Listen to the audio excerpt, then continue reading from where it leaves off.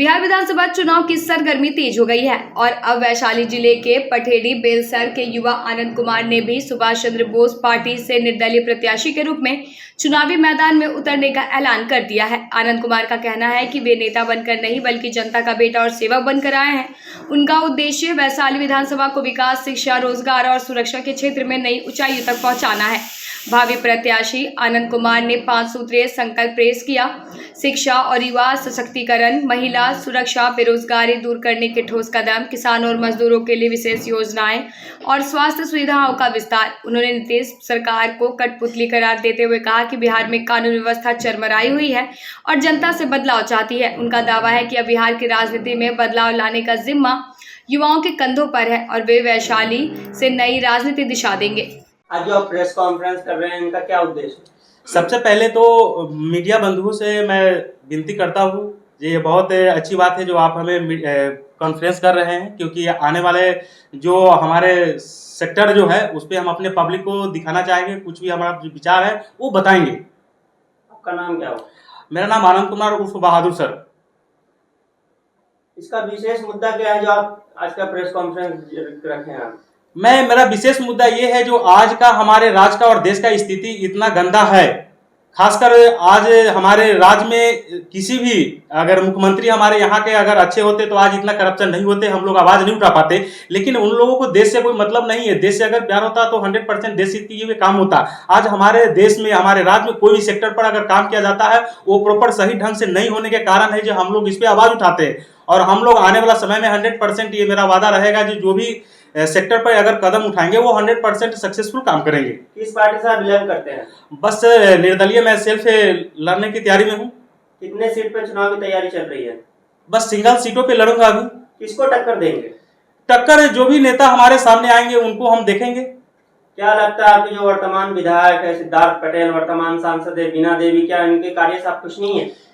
देखिए, ये लोगों का कार्य कुछ नहीं है। ये लोगों ने सिर्फ देश राज्य के साथ और देश के साथ धंधा किया है और धंधा करने वाले इंसान हमारे राज्य को कभी भी विकास नहीं कर सकते हैं। विकास करने के लिए उनके अंदर देशभक्ति होनी चाहिए। ये लोगों ने जितने भी कोई भी कार्यक्रम करते हैं दिखावा के लिए करते हैं। जब इलेक्शन आता है तो 2-3 महीना के लिए काम ऐसा करेंगे और फिर उसके बाद खत्म हो जाती है। तो ऐसे लोग क्या करेंगे? क्या आपका भी मुद्दा यही होगा? शिक्षा, बेरोजगारी, यही मुद्दा होगा आपका भी? देखिए, मुद्दा सभी लोगों के बिहार में इस पे प्रॉपर काम नहीं होने के कारण मुद्दा वही है, लेकिन उस पे विशेष गहराई के तौर पे हम लोग काम करेंगे और 100% उसको सक्सेसफुल करेंगे।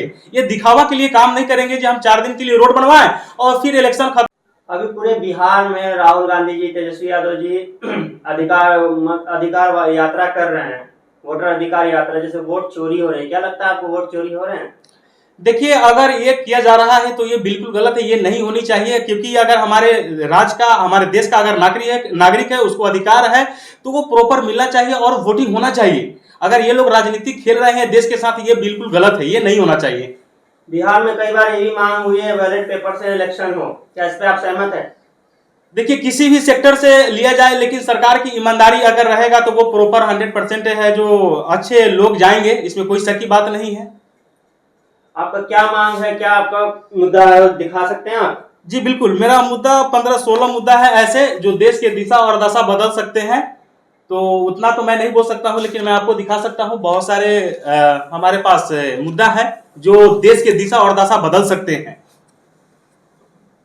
माननीय मुख्यमंत्री जी को क्या संदेश देना चाहते हैं? माननीय मुख्यमंत्री जी से कहेंगे जो अब उनकी अगर लग रही है जो मैं राज्य को नहीं संभाल पाऊंगा तो उनको अपने आप को इस्तीफा दे देना चाहिए। प्रधानमंत्री जी भी कोई संदेश देना चाहते हैं? देखिए, प्रधानमंत्री जी के भी मैं यही संदेश देना चाहता हूं। एक दिखावा चीज बहुत खतरनाक होता है और दिखावे पे क्या होता है, आज हमारे नेता के पास इतने पैसे हैं, जो लोग गांव में समाज में जाते हैं 50-50 गाड़ी से लोगों को इफेक्ट पड़ता है और वो लोग जुड़ के वोटिंग करते हैं। लेकिन प्रॉपर राज्य और देश चलाने के लिए शस्त्र और शास्त्र जिस इंसान में होगा वही चला सकता है, जिसके अंदर देशभक्ति होगा वही देश के राजा हो सकता है। लेकिन वो लोगों के कार्यक्रम से ये पता चलता है, आप बगल में बैठे लोगों को पता कर सकते हैं कितना ज्ञानवान है, कितना विद्वान है, किस लायक और क्या कर सकते हैं।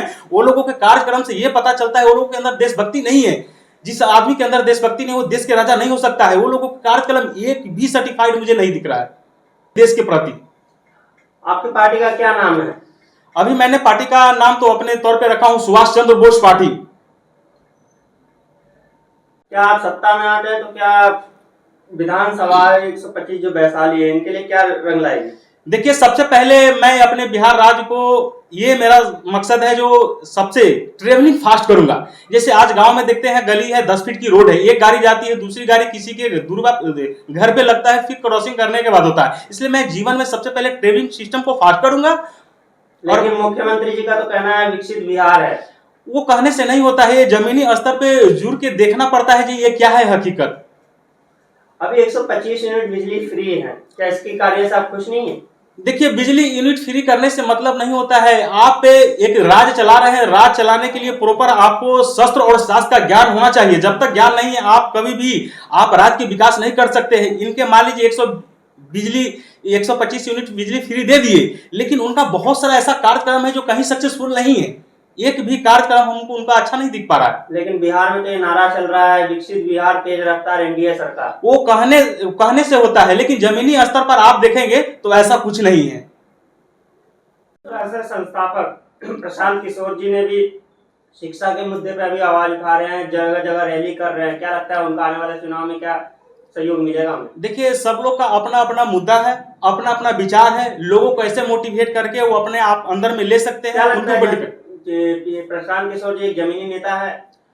देखिए, जमीनी नेता, उनकी सोच के ऊपर डिपेंड पड़ता है, जो हम लोगों को कैसे अपने अंडर में ला सकूं और क्या कर सकते हैं देश हित के लिए, वो उनके ऊपर डिपेंड है।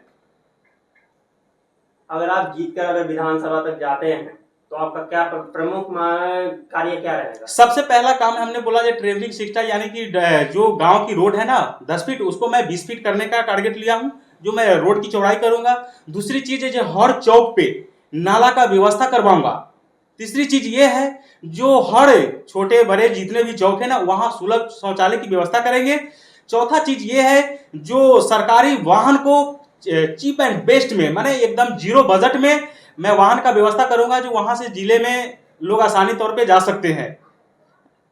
उसके बाद और बहुत सारे ऐसे मेरे मुद्दे हैं, जैसे कि स्वास्थ्य की बात करेंगे तो आज हम यहाँ से राजधानी या कहीं भी शहर में जाते हैं तो 1-2 घंटे समय लगते हैं, लेकिन प्रखंड में जितने भी अस्पताल है उसमें इमरजेंसी की व्यवस्था करेंगे यहाँ पे, क्योंकि लोगों को सुविधा हो। और जो भी मेडिसिन अभी मिल रहे हैं, बहुत कम मिलता है, उसको हम प्रॉपर तौर से देने का कोशिश करेंगे। रही छठा चीज है ये, उसके बाद शिक्षा की बात है तो अभी शिक्षा का माहौल चल रहा है, पढ़ाई की बहुत जरूरी है। इसके लिए हर प्रखंड में मैं एक लाइब्रेरी खोलने का टारगेट लिया हूँ, जो खोलूंगा। बहुत बहुत शुक्रिया।